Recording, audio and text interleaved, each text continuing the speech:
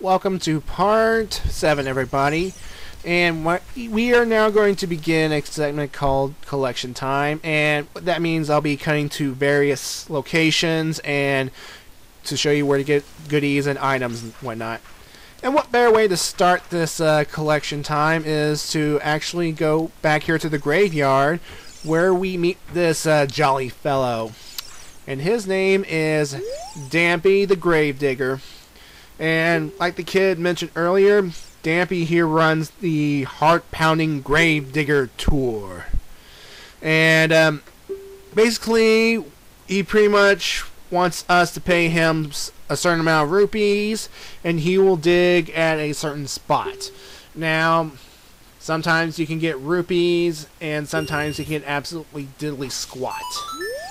And make sure you always dig at, like, the soft soil spots, not like where the rocks are, because you just wasted your money.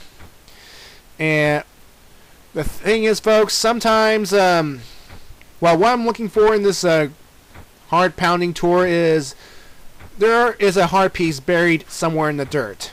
Yeah, heart pieces make their return, and if we collect 4 heart pieces, we get a extra heart added to our health. And the heart piece is randomized. I mean, it could be here, it could be there, anywhere. And the thing is, folks, you might get lucky and get it your first time. You might not, and you may have to hunt for rupees to continue this tour. So yeah, eventually you will find the heart piece in the dirt, and afterwards you will never have to play this game ever again.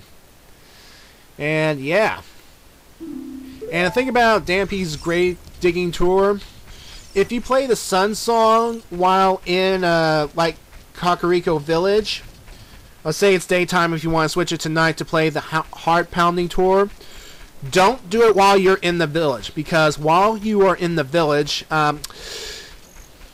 when you play the Sun Song, it will warp you to 12 midnight. And at 12 midnight, the Heart-Pounding Tour is closed, and, well, we can't take it. What you have to do is go back out to Hyrule Field, play the Sun Song so you can switch it to night, and because, again, the time does move while you are out in the field, and head back into the village at the right time. So, yeah.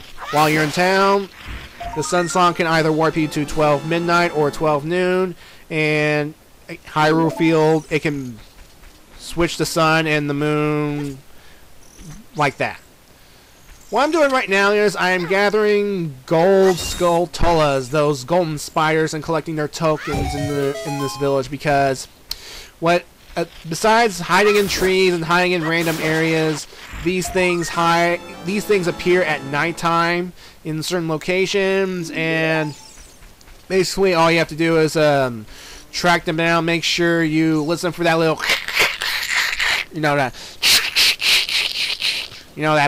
that sound letting you know that they are in the area. And yeah, some of them can be in the most obscure locations. Like you saw one earlier that was on the partially constructed building. This one here is located on the top of this watchtower, I think. Yeah. And of course, you gotta be careful how you kill them, because for some reason you cannot Z-target them. I mean, like, Navi can't just hover over there for you to Z-target these golden spiders for us to kill. And so, yeah, you have to really put your shooting skills to the test. And, yeah, it's only after you kill them that the tokens appear and Navi will actually pay attention to them. So, it kind of stinks.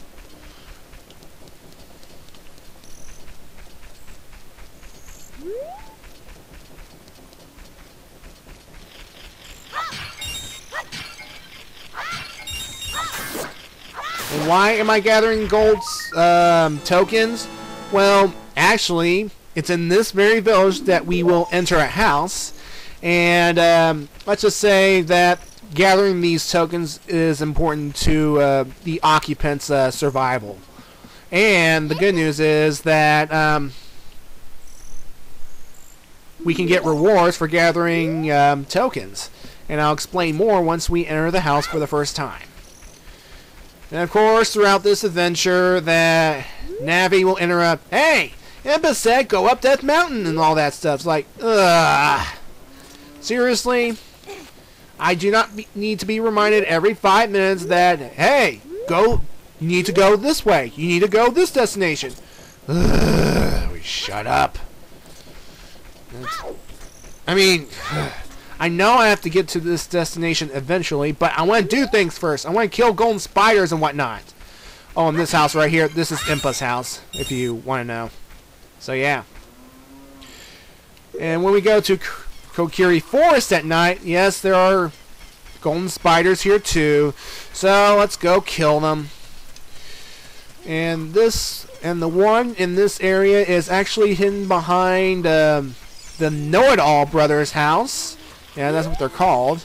So, let's just go kill the thing with our slingshot and just, yeah.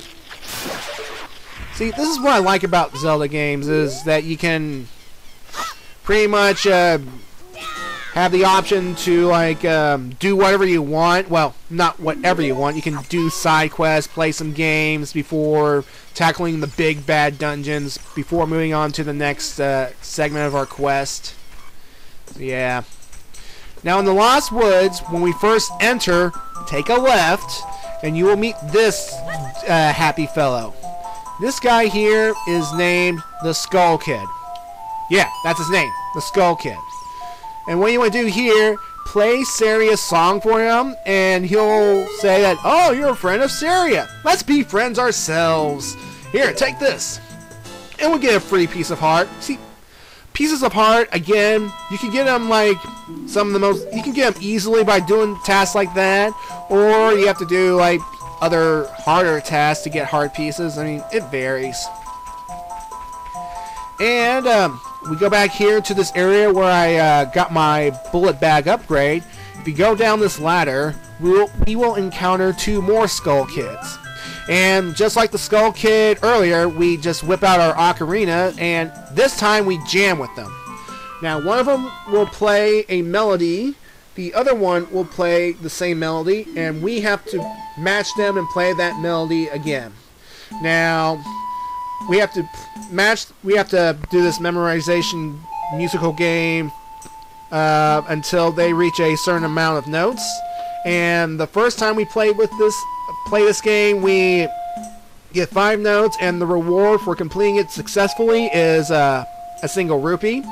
The second time is up to 6 notes, I believe, and we get a blue rupee, which is 5 rupees worth.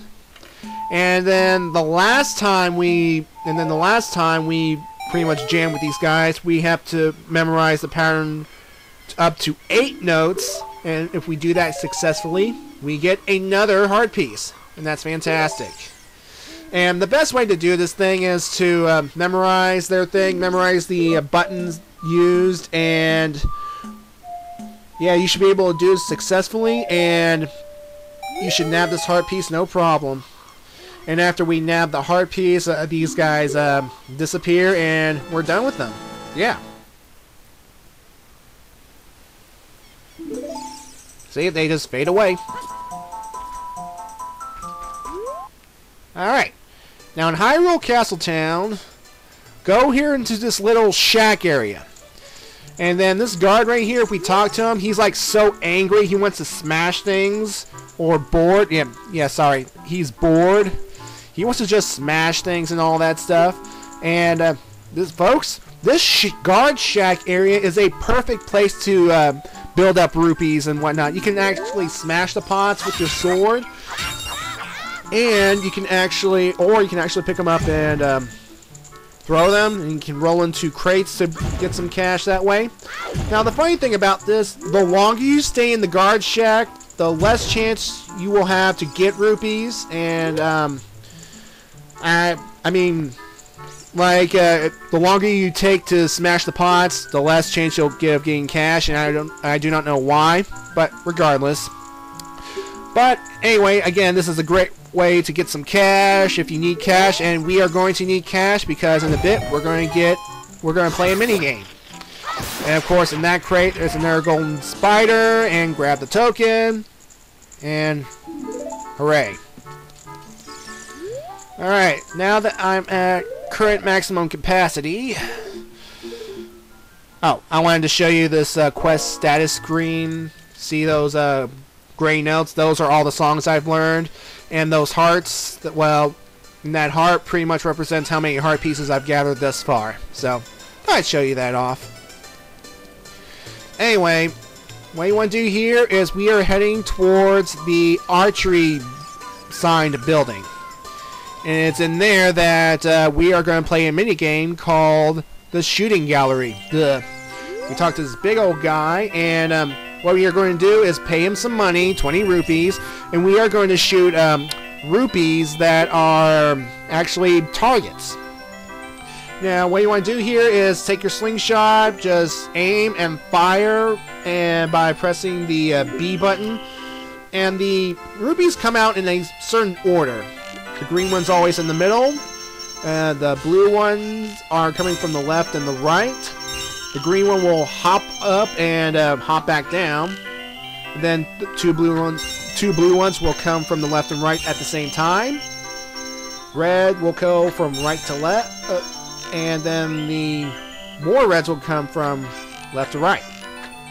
Now, if your aiming skills is not good, it will take practice and you will be spending a lot of money. And here's a hint.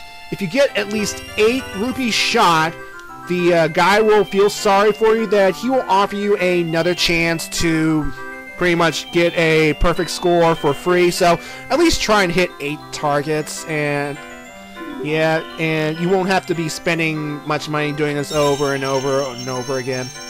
Also, this game, it depends on what kind of controller you use. I mean, if you use a crappy control stick, you'll find this game a little difficult, and you'll be doing this over and over and over again. And yeah, but eventually, when you get all 10 rupees shot, the guy will be so amazed that he will give you our second bullet bag. This one will let us carry 50 seeds, and we're at maximum capacity for our bullets. Yay. Now, what I'm doing here is I went back outside into the Hyrule Castle area to change it to night, because at nighttime, well, there's this dog here we want to get, and there's a thing about dogs. If we run into one in the market, it will follow us around throughout the town. I mean, as long as we are in town, it will follow us everywhere. It's kind of freaky. Anyway, what you want to do here is go to that building right there to get this dog, because it's, if you saw earlier, there's this big lady with a dog, and we have to pretty much find the dog and bring it back to her. And when we bring back the right dog, we will get a reward, which will be another heart piece. Now, if you accidentally touch the wrong dog, just leave the town completely. The dog will not follow you. Just head back into town and make sure you get the right dog. So, yeah. Alright. Now, back in the graveyard, which I should have done earlier. See this grave with flowers in front? Pull it back, and we will get a nice reward. Actually, it's something that we will need later on. So, yeah. See this small chest right there? Open it right, and we will be getting a new item. The Hylian Shield. How can a big shield get in that little chest? I don't get it. Well, anyway, folks, it's a shield that, when equipped, will pretty much protect Link in a different fashion. Now, because it's so big, it will not act like a proper shield. When we go to defend ourselves, Link will duck and the shield will be prominent. But this will be helpful in our next dungeon.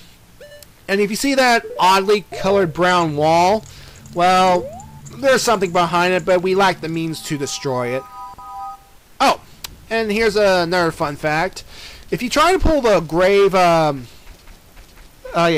wait, I mean, for the what I'm trying to say is the shield that I just got from the graveyard. They actually sell those at the bazaar, which is located in Hyrule Castletown, and it's going to it would cost us a pretty penny just to get the same shield, but thankfully, folks, you can get it for free the first time out. And yes, it's possible to lose our shields.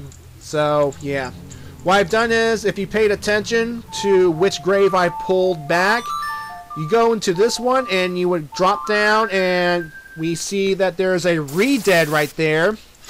And again, pull out the ocarina and play the sun song to freeze it, and then go behind it and kill it. Make sure it's completely dead. And once you kill the re-dead, we are going to play the sun song one more time to reveal a treasure chest. And inside said treasure chest, it will be another heart piece. Told you these things will be interesting to collect. So yeah. And speaking of collection, in my next video, we will continue to collect items, and then the video afterwards, we will go up Death Mountain finally. So don't be like Navi, is like, hey, go up the mountain! Hey, go up the mountain! Yeah! Yeah! I was like, ugh. Anyway, yeah. I don't know if I mentioned this earlier, but, well, lost my train of thought. Anyway, folks, we'll see you in part 8.